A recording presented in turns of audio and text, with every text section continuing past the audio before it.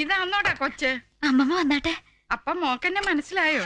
പ്രകാശ് എപ്പോഴും പറയും. ആന്നോടാ കുഞ്ഞോനെ, നീ എന്നെ കുറിച്ച് എപ്പോഴും പറയുവോ? Hello AB. അമ്മാമേ, ഇത് എബി, ഞങ്ങളുടെ കോളേജിൽ തന്നെയാ. തൊട്ടപ്പുറത്തെ വീട്ടിലാ. ആ അമ്മമ്മ വാ. പപ്പ, ഇത് പ്രകാശ്. ഞാൻ പറഞ്ഞിട്ടില്ലേ മേരി അവസനോലെ സമ്മാനം കിട്ടിയ.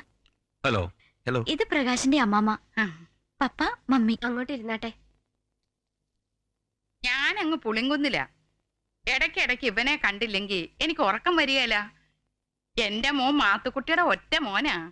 മാത്തുക്കുട്ടിയും പെമ്പിളെ അങ്ങ് അമേരിക്കയില്. ഇവനെ അവിടെ പഠിപ്പിക്കണമെന്നും പറഞ്ഞ് ഭയങ്കര ബഹളമായിരുന്നു. എന്റെ ഒറ്റ ആളിന്റെ നിർബന്ധം കൊണ്ടാ ഇവിടെ നിർത്തിയിരിക്കുന്നേ. പ്രകാശിന്റെ പ്രോഗ്രാം ടിവിയിൽ ഞങ്ങളൊക്കെ കണ്ടു. ഞാനും കണ്ടു. ഗ്രാമമാണേലും അവിടെയും പെരപ്പുറത്ത് വെച്ചിട്ടുണ്ട് വലിയൊരു ചരുവം.